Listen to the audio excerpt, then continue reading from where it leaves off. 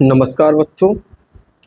देखो, हमने संबंध पढ़ लिए थे कि संबंध क्या क्या होते हैं, उन पर आधारित क्वेश्चन आज कर लेते हैं।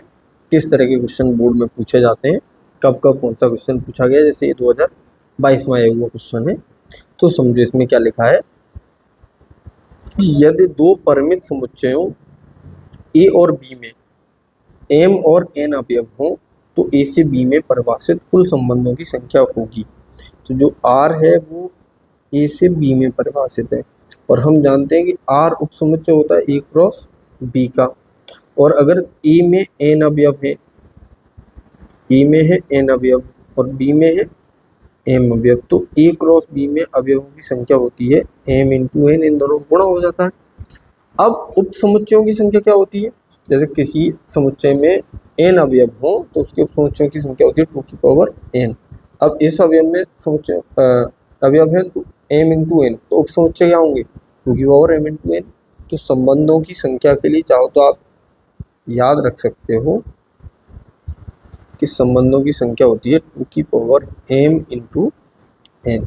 ठीक है, ये आप एज ए फॉर्मूला नोट भी कर सकते हो। तो यहाँ पे ऑप्शन बी सही है। ठीक है, अब यहाँ पे देखो ए में मान लो 3 अवयव दे दिए जाए, मान लो ए बराबर कह देता कोई 1,2 है, बी बराबर कह दे कोई कि 3, 4, 5 है, और पूछे कि इसके संबंधों की संख्या कितनी होगी, तो संख्या हो जाएगी 2 की पावर 2 इंटू 3 यानी 2 की पावर 6, ये आंसर हो जाएगा। इस तरह से क्वेश्चन करेंगे। ठीक है, आगे बढ़ते हैं क्वेश्चन नंबर 2 की तरफ।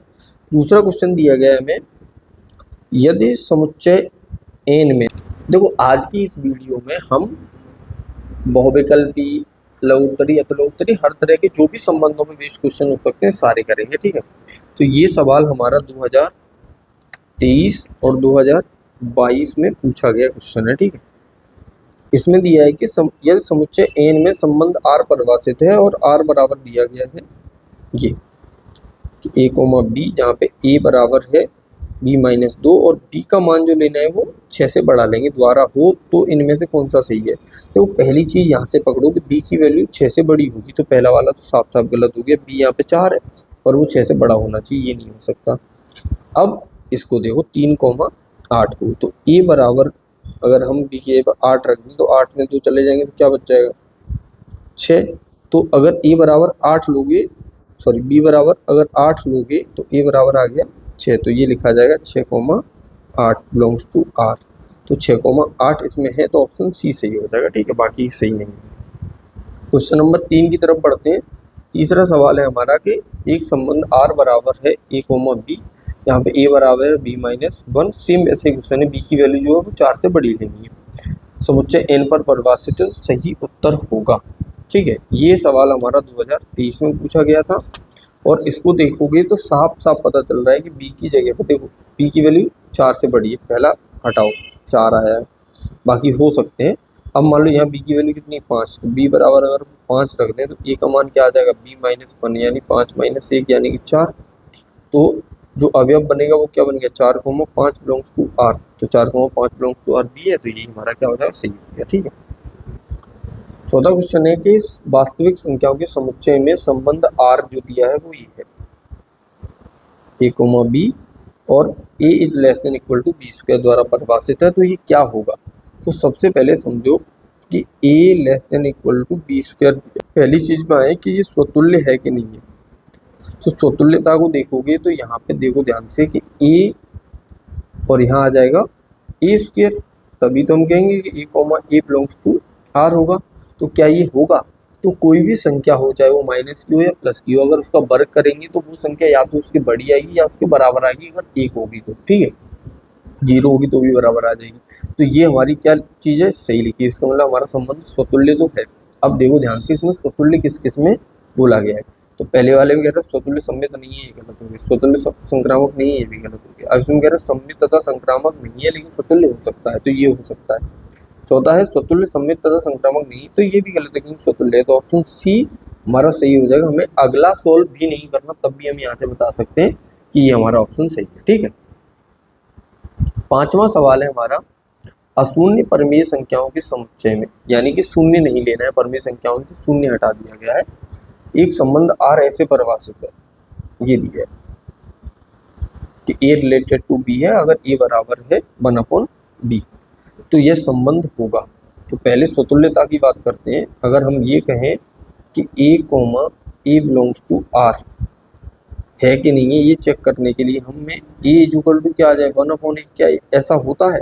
ऐसा नहीं होता। इसका मतलब A comma A does not belongs to R होगा, ए में नहीं है, यानी कि स्वतुल्य नहीं होगा। अब देखो इसमें से कौन सा कट कर सकते हैं हम, संक्रामक तो स्वतुल्य तथा संवेद नहीं।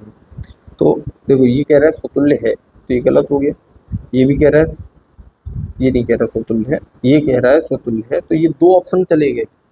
अब इन दोनों में देखो सम्मित किंतु स्वतुल्य और संक्रामक किंतु स्वतुल्य संवेद नहीं। अब सम्मितता और चेक कर लो तो आंसर आ जाएगा हमारा यहीं पे। अब देखो जैसे A comma B belongs to R होने का मतलब हो गया ए इज इक्वल टू 1/b। अब इसको हम ऐसे भी लिख सकते हैं B is equal to 1/a, तो यहाँ से हमें क्या मिल जाएगा B comma A belongs to R, यानी कि ये सम्मित है। और अगर ये सम्मित है तो कौन सा ऑप्शन सी होगा, सम्मित है किंतु स्वतुल्य और संक्रामक नहीं है। ठीक है, तो ये हमारा ऑप्शन यही सी हो, क्योंकि इसमें क्या कह रहा है संक्रामक है किंतु स्वतुल्य सम्मित नहीं है, पर सम्मित तो है ही। ठीक है, स्वतुल्य नहीं है। ठीक है, तो ऑप्शन बी सी। बढ़ते हैं आगे अगले क्वेश्चन पे। मान लीजिए कि L किसी समतल में स्थित समस्त सरल रेखाओं का समुच्चय है। तो जो L है वो रिप्रेजेंट कर रहा है कि जितनी भी किसी समतल में सरल रेखाएं बन सकती हैं उनको। ठीक है, R बराबर दिया है कि L1, L2, यानी कि जो भी ऐसे समझा करो इन चीज़ों को कि पेयर में अगर लिख दिया, जैसे यहीं इस समुच्चय संबंध के लिए मैं A, B लिख दूँ, इसका मतलब क्या हो गया, जो A है वो B पर लंब है, यानी ए और बी दोनों के बीच में 90 डिग्री का कोण है, ये बताया जा रहा है। तो एल में यह संबंध आर। अब देखो कोई भी रेखा है, जैसे ये कोई रेखा है, क्या ये रेखा इसी रेखा पर लंबवत हो सकती है? नहीं हो सकती। तो यानी कि जो हमारा L1, L1 ले लें तो ये does not belongs to R, इसका मतलब स्वतुल्य नहीं है।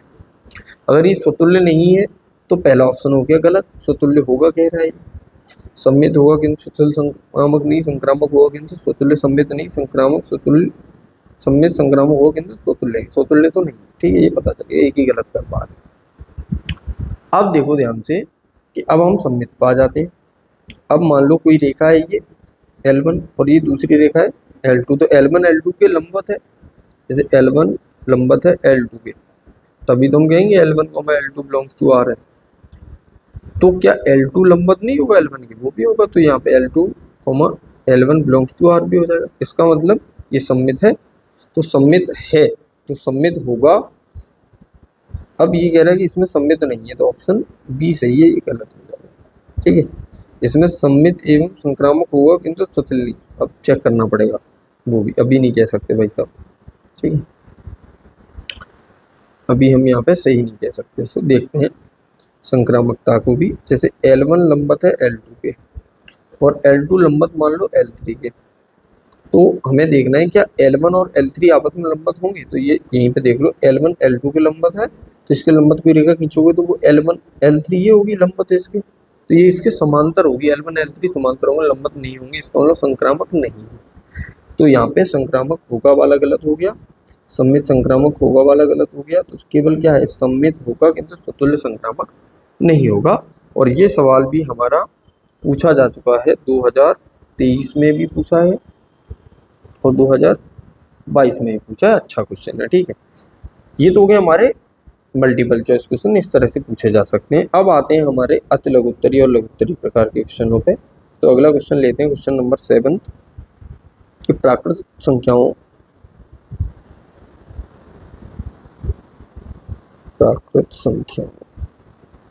के समुच्चय n पर एक संबंध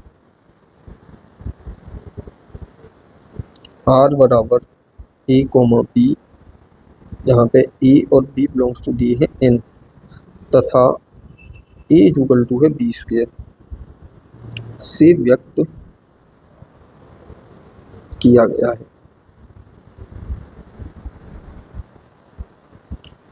पूछा गया है कि क्या A, B belongs to R and B, C belongs to R हो तो A, C belongs to are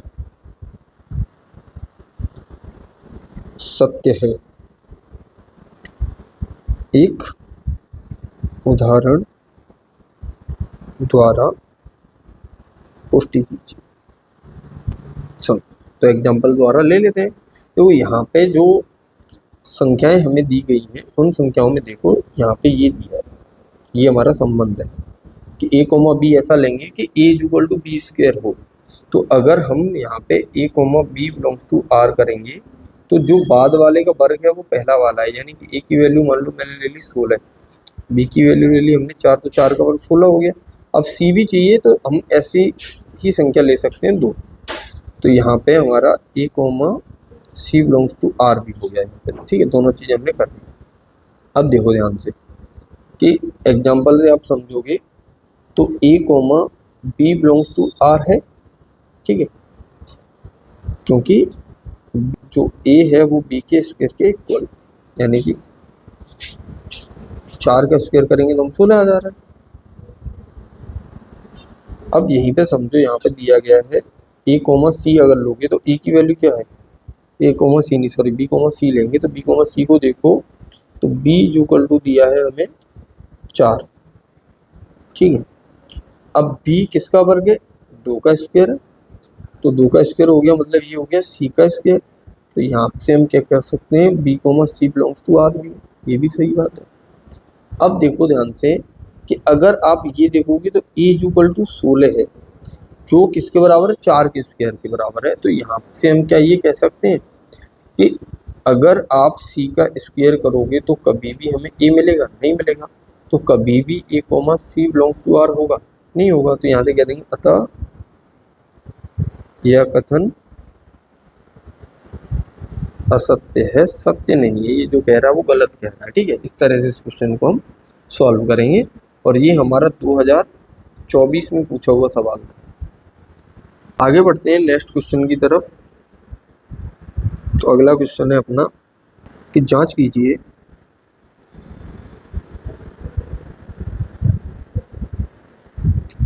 कि क्या समुच्चय 1 2 3 4 5 6 में r बराबर a कोमा बी और b बराबर a+1 द्वारा परिभाषित संबंध r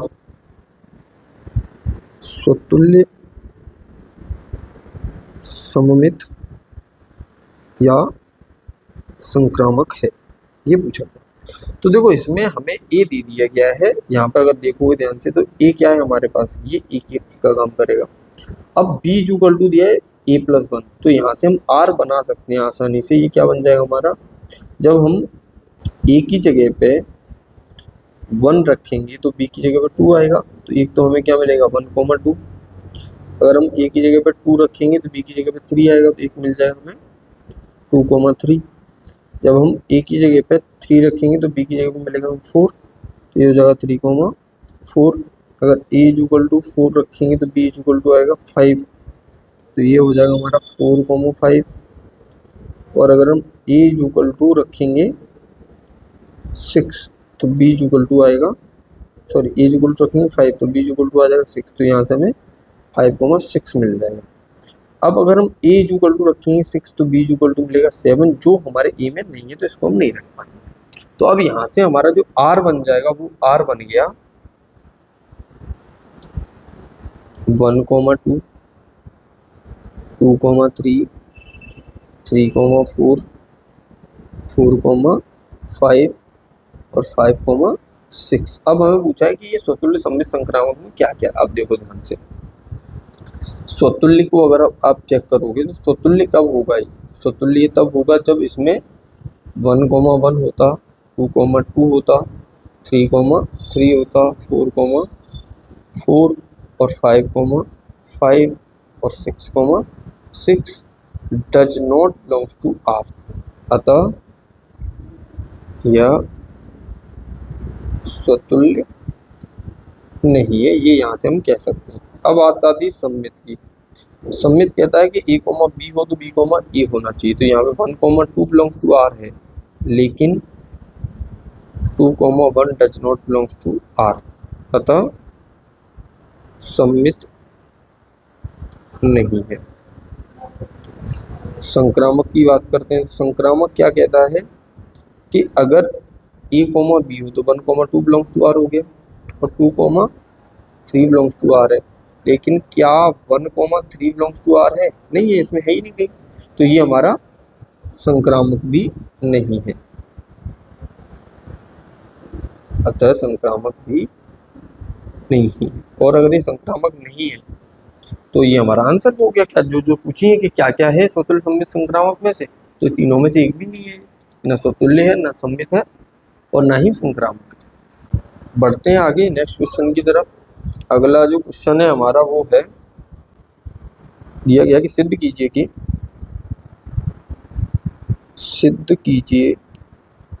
कि समुच्चय 1, 2, 3 में 1,2 तथा 2,1 के अंतर्विष्ट करने वाले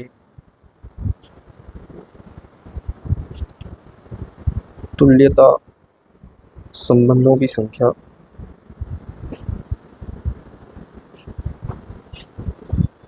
2। ये क्वेश्चन हमें दिया गया है, इसको देखो कैसे सॉल्व करेंगे। इसमें पूछा यह गया है कि अगर कोई हमारा समुच्चय है जिसमें 1, 2, 3 है, तो अब क्रमिक युग्म 1, 2 और 2, 1 लेकर हमें संबंध बनाने हैं, और ऐसे संबंध बनाएंगे जो तुल्यता संबंध हो, यानी कि स्वतुल्य, सम्मित और संक्रामक तीनों हो, तो वो बनाना है।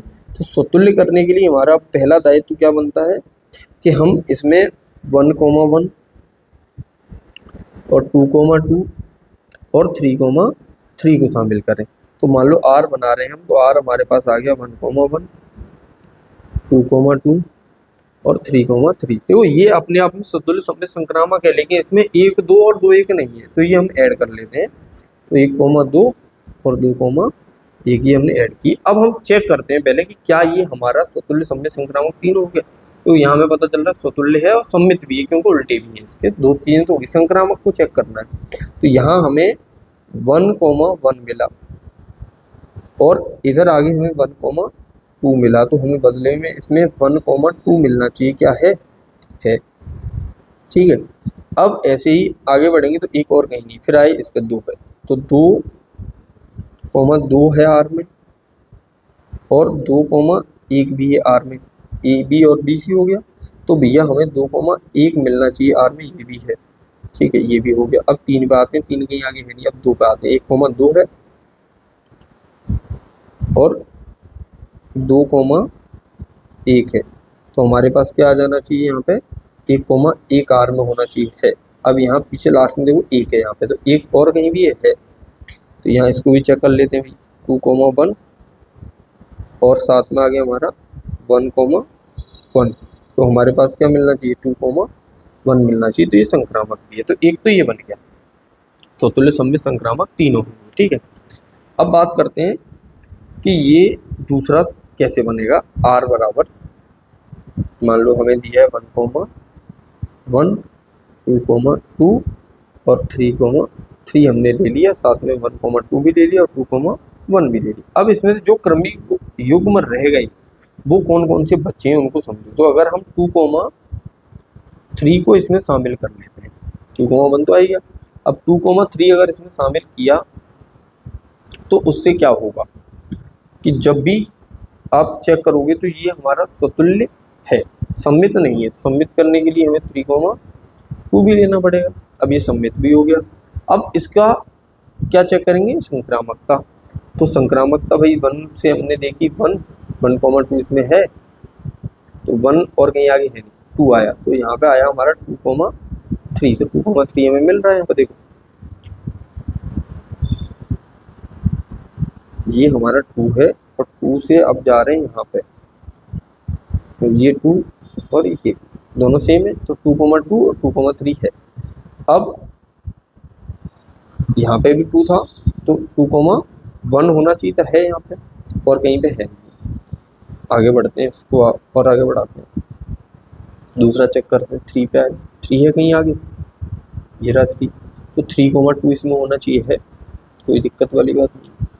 अब यहाँ और आगे बढ़े, 2 मिला हमें, 2,2 काम चल गया यहाँ पर, 2,3, तो ये देखो 1,2 है इसमें और 2,3 है इसमें, लेकिन 1,3 इसमें नहीं है, तो ये अभी हमारा क्या नहीं बन पाया, संक्रामक नहीं बना, तो हम इसको संक्रामक पहले बनाते हैं। संक्रामक बनाने के लिए हमें 1,3 चाहिए, और 1,3 को अगर आप इसमें ऐड करोगे, जैसे हमने लिख दिया कि ये नहीं बना, तो ये बन जाएगा r इक्वल टू 1,1, 2,2, 3,3, 1,2, 2,1, 2,3 और 3,2। अब हमने ले लिया 1,3 शामिल कर दिया, तो हमें 3,1 भी शामिल करना पड़ेगा।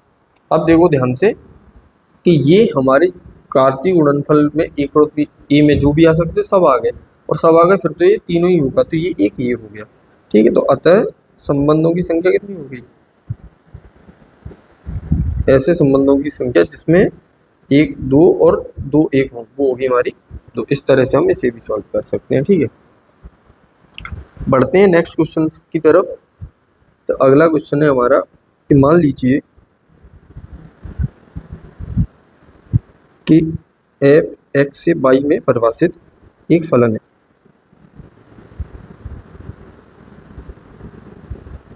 तो x में एक संबंध r निम्न है, यानी कि r बराबर दिया है a, b, और इसको इस तरह से लेंगे कि एफ ए बराबर हो एफ बी के। बताना है हमें, जांच कीजिए कि क्या ये एक तुल्यता संबंध है, ठीक है। 2023 में पूछा गया था ये सवाल। तो देखो इसको सॉल्व करने के लिए क्या करेंगे हम, इस तुल्यता के लिए हमें क्या चाहिए, ए चाहिए, तो सबसे पहले हम स्वतुल्य देखते हैं, स्वतुल्य कैसे करेंगे।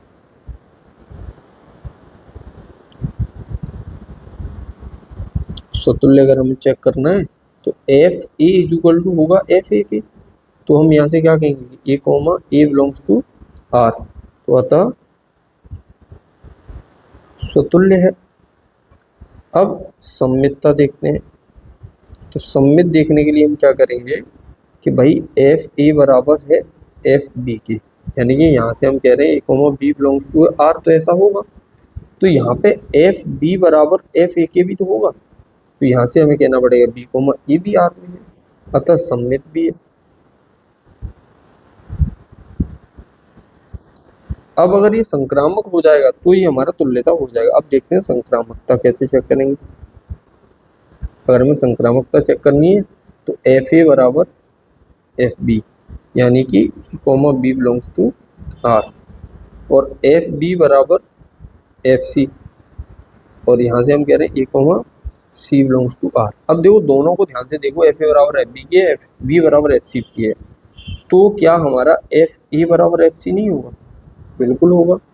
तो यहाँ से हम कहेंगे भाई ए या बी है, ए सी बिलोंग्स टू आर, अतः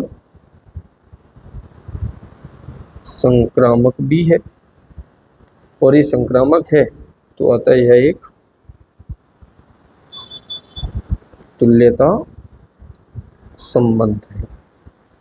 इस तरह से हम क्वेश्चन को सॉल्व कर सकते हैं, ठीक है। आगे बढ़ते हैं नेक्स्ट क्वेश्चन पे। अगला जो क्वेश्चन है हमारा वो ये है कि यदि R1 तथा R2 दो तुल्यता संबंध समुच्चय A में है, तो सिद्ध करो कि R1 इंटरसेक्शन R2 एक तुल्यता संबंध है, एक तुल्यता संबंध है, समझो। अब ये इंपॉर्टेंट क्वेश्चन है, देखो ये 2024 में पूछा गया है, 23 में भी आया है, 22 में भी आया है, 20 में भी आया है, 19 में भी आया है, 16 में भी आया है। तो इम्पोर्टेंट क्वेश्चन हो गया भाई, पता चल रहा है इतनी बार पूछा गया है। तो इसको हल करने के लिए हम क्या करेंगे, हमें जो दिया है उसको देखो पहले। जैसे R1 तुल्यता है तो इसका मतलब R1 स्वतुल्य है। तो अगर A, होगा वो R1 में है और R2 भी स्वतुल्य है। तो यहाँ से हम क्या कहेंगे कि A, बिलोंग्स टू R2 भी होगा, क्योंकि एक ही समुच्चय में परिभाषित है तो दोनों में A, मिलेगा ही। अब यहाँ पे जो A है वो हमने मान लिया A बिलोंग्स टू A है, ये माना है, ठीक है। तो यहाँ से क्या हम ये नहीं कह सकते कि जो A, होगा वो R1 इंटरसेक्शन R2 दोनों में होगा। इंटरसेक्शन का मतलब होता है कॉमन, तो दोनों में कॉमन आएगा। अतः R1 तथा R1 तथा की जगह पे यहाँ पे इंटरसेक्शन लिखना चाहिए हमें। R1 इंटरसेक्शन R2 स्वतुल्य है, ये स्वतुल्य हो गया। ऐसे ही अगर हम कहें कि R1 सममित है, तो R1 सममित है इसका मतलब A, B belongs to R1 होगा, वह B, A belongs to B R1 होगा। ऐसे ही R2 सममित है, तो अब R2 सममित है तो R2 के अंदर भी क्या होगा, A, B belongs to R2, वो B, A belongs to R2। तो अब अगर देखोगे तो यहाँ से हम क्या कह सकते हैं कि A, B बिलोंग्स टू हो गया किसके, R1 इंटरसेक्शन R2 के। तो B, A बिलोंग्स टू भी होगा R1 इंटरसेक्शन R2 के। तो यहाँ से हम क्या कहेंगे, अतः R1 इंटरसेक्शन R2 सममित है। और अगर ये सममित हो गया तो अब बचा संक्रामक। तो संक्रामकता में भी वही सेम चीज चलेंगी कि भाई R1 के अंदर A, B belongs to R है, वो B, C belongs to R है, और A, C belongs to R भी है। R1 है। क्यों कर रहे हैं ये, क्योंकि R1 संक्रामक है, और संक्रामक है तो ऐसा होगा। ऐसे ही R2 भी संक्रामक है, और अगर R2 संक्रामक होगा तो R2 में भी A, B belongs to R2, B, C belongs to R2, तो भैया A, C बिलोंग्स टू भी होगा R2। तो अतः A, B अगर R1 इंटरसेक्शन R2 में आ रहा है, इधर B, C भी आ रहा है तुम्हारा किसमें, R1 इंटरसेक्शन R2 में, तो यहाँ से निष्कर्ष ये भी निकल आएगा कि A, C भी होगा R1 इंटरसेक्शन R2 में। तो यहाँ से कह देंगे अतः यह संक्रामक है। तो निष्कर्ष ये रहा कि R1 इंटरसेक्शन R2 एक तुल्यता संबंध है, ठीक है। इस तरह से ये क्वेश्चन हम सॉल्व कर सकते हैं। बहुत आसान क्वेश्चन है, कोई कठिन बात नहीं है ऐसी। अगला क्वेश्चन इसमें ले लेते हैं हम कि दिया गया है कि यदि A बराबर 1, 2, 3, 4, 5 से B बराबर 1, 4, 5 में संबंध R छोटा है, तो R से संबंधित क्रमिक युग्मों का समुच्चय ज्ञात करो। देखो कैसे करेंगे इसे, मतलब ये हमें जो संबंध दिया है इसको पहले लिख लो। R बराबर दिया है कि A, B है, से छोटा का मतलब A B से छोटा है, ये मतलब इसका जो A है वो B से छोटा है, जहाँ पे A बिलोंग्स टू A और B बिलोंग्स टू B होगा। अब ध्यान से समझो कि इस एक के क्या क्या रिलेशन बन सकते हैं। देखो एक से छोटा कौन है, एक तो एक से छोटा होता नहीं, एक 4 से छोटा है, ठीक है। और इधर 1 5 से भी छोटा है, तो ये आ जाएंगे। इधर 2 पे आएंगे तो 2,4, 2,5। ऐसे 3 पाएंगे तो 3,4, 3,5। 4 पाएंगे तो केवल 4,5 आएगा, और 5 आएगा ही नहीं। तो ये हमारा सारे के सारे जो क्रमिक युग्म है वो ये हो गए, ये हमारे आंसर हो गए। ठीक है, नेक्स्ट क्वेश्चन पे बढ़ते हैं। अगला क्वेश्चन है हमारा कि प्राकृत संख्याओं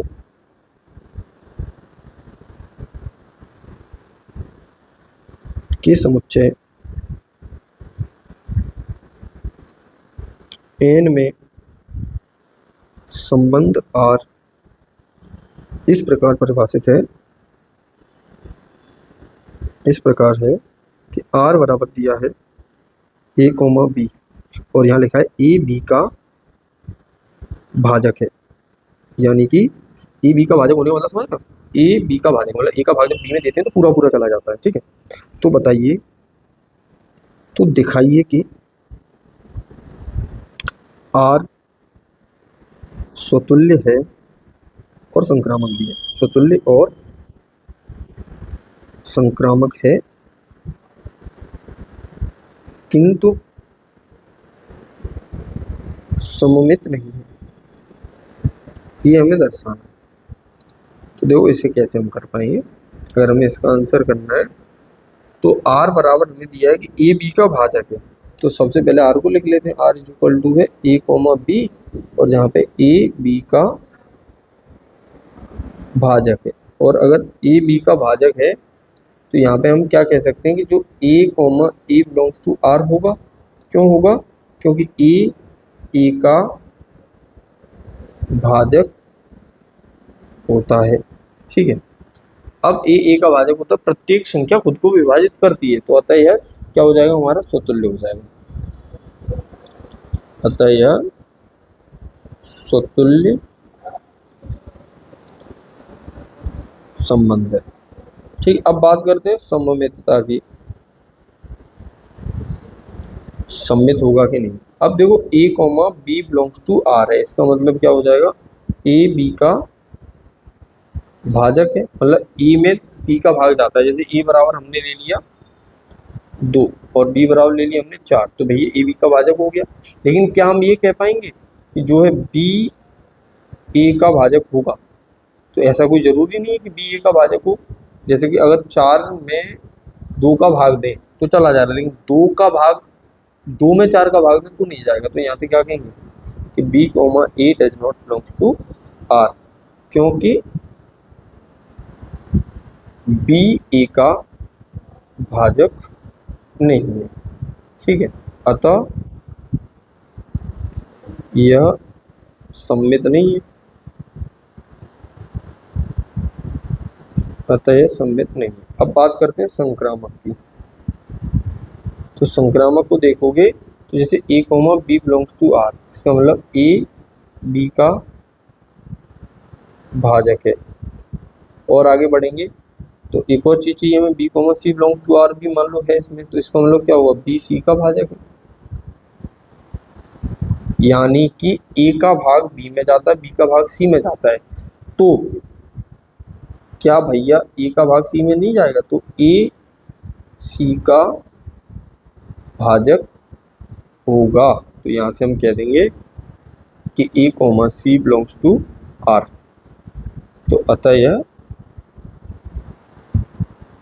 संक्रामक है। तो हमें यही सिद्ध करना था कि ये संक्रामक है, स्वतुल्य है, लेकिन सम्मित नहीं है। तो ये सिद्ध हो गया। इस तरह से इस क्वेश्चन को भी हम कर सकते हैं। ठीक है, आगे बढ़ते हैं। एक और इम्पोर्टेंट क्वेश्चन है, वो हमें दिया है कि सिद्ध कीजिए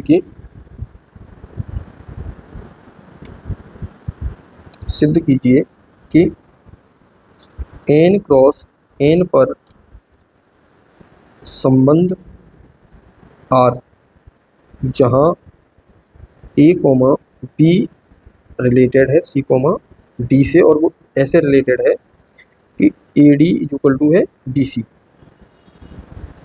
तुल्यता संबंध है। ये हमें दर्शाना है। ठीक है, इंपॉर्टेंट इसलिए है क्योंकि 2024 में आया है, 14 में आया है, 11 में आया है, 10 में आया है और 8 में आया है। ठीक है, बहुत बार पूछा गया है क्वेश्चन, तो सॉल्व करते हैं इसको। देखो कैसे करेंगे। अब यहाँ पे हमें पहले ये समझना है कि दिया गया है कि ये हमें गिवन है, उसको मैं इधर लिख ले रहा हूँ कि A comma B related C comma D से ऐसे है कि ए डी यानी कि पहला और चौथा और ये दूसरा और तीसरा बी सी ये इक्वल है। तो स्वतुल्यता के लिए क्या होगा, देखो एन क्रॉस एन यानी कि अब ये किसमें परिभाषित है कि जो भी जिसमें परिभाषित उसमें क्रमिक युग्म ही मिलेंगे। जैसे ए रिलेटेड टू बी पढ़ा है हमने, तो ए रिलेटेड टू बी क्योंकि दो संख्याएं होती थी, अब यहाँ पहले ही एन क्रॉस एन में है तो यहाँ क्रमिक युग्म आएगा, तो और यहाँ पे भी क्रमिक युग्म ही आएगा। अब समझो कि अगर हम ये कह रहे हैं कि प्रत्येक ए और बी के लिए कि अगर यहाँ पे ए कॉमा बी रिलेटेड है ए कॉमा बी के, अगर ऐसा सही हो जाए, जैसे अब देखो पहला चौथा तो ये हो जाएगा ए बी और ये इक्वल टू होगा बी ए के, तो अतः ए कॉमा बी के और दूसरा भी ए कॉमा बी बिलोंग्स टू किसके हो गया आर, अतः स्वतुल्य है, ये हो जाएगा हमारा स्वतुल्य। अब ऐसे ही सम्मित की बात करते हैं, सम्मितता चेक करते हैं कि सम्मितता के लिए हमने लिए ए कॉमा बी रिलेटेड है सी कॉमा डी के, इसका मतलब क्या आएगा यहाँ से कि पहला चौथे से A D equal to B C.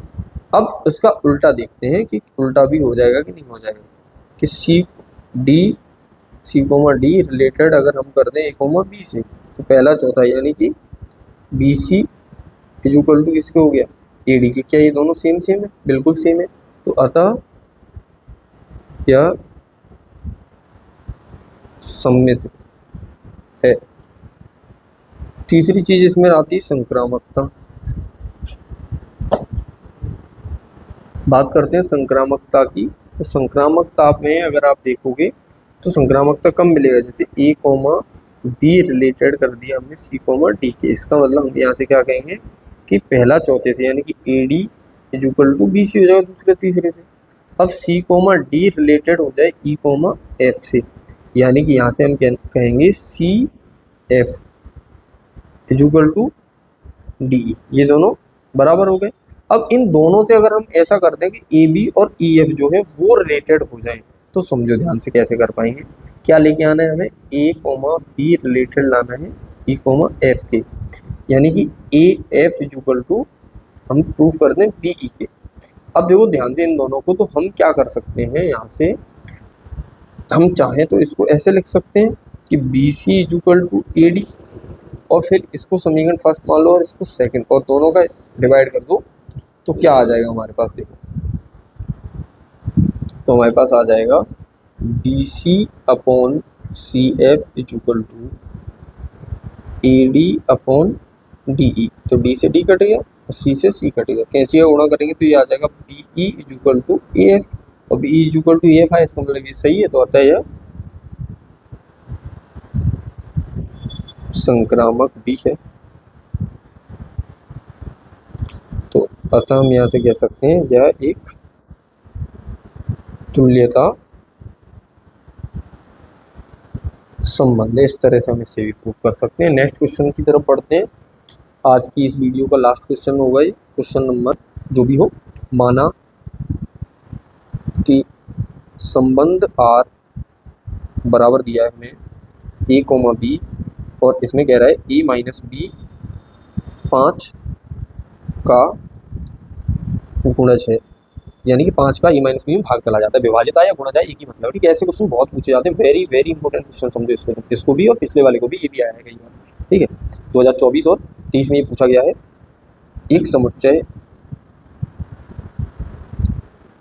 z बराबर दिया है, पूर्णांक संख्याएं हैं, ठीक है, उसमें परिभाषित है, तो सिद्ध करना है, सिद्ध करो कि R एक तुल्यता संबंध है, ये हमें सिद्ध करके बताना है। देखो कैसे करेंगे इसको, समझो। तो सबसे पहले ले लेते हैं कि जो A है वो बिलोंग्स टू है Z के। अब A माइनस A करेंगे तो वो आएगा 0 से, और 0 सभी संख्याओं से विभाजित होता है जो 5 से विभाजित है, अतः A comma A belongs to R हो जाएगा, तो ये क्या हो जाएगा, स्वतुल्य है। ठीक है। दूसरी चीज लेते हैं कि अगर कहीं पे हम ये कह रहे हैं कि A comma B belongs to R, यानी कि ए माइनस बी 5 से विभाजित है, तो बी माइनस ए भी 5 से विभाजित होगा। उल्टा भी तो होगा भाई, घटाओगे तो भी तो वही बचेगा। तो यहां से हम क्या कह सकते हैं कि B comma A belongs to R, अतः यह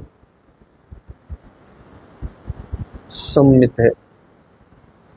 तीसरी चीज आई हमारी संक्रामक, कि हम कह रहे हैं कि A comma B belongs to R, यानी कि ए माइनस बी 5 से विभाजित है, और B comma C belongs to R, यानी कि बी माइनस सी भी 5 से विभाजित है।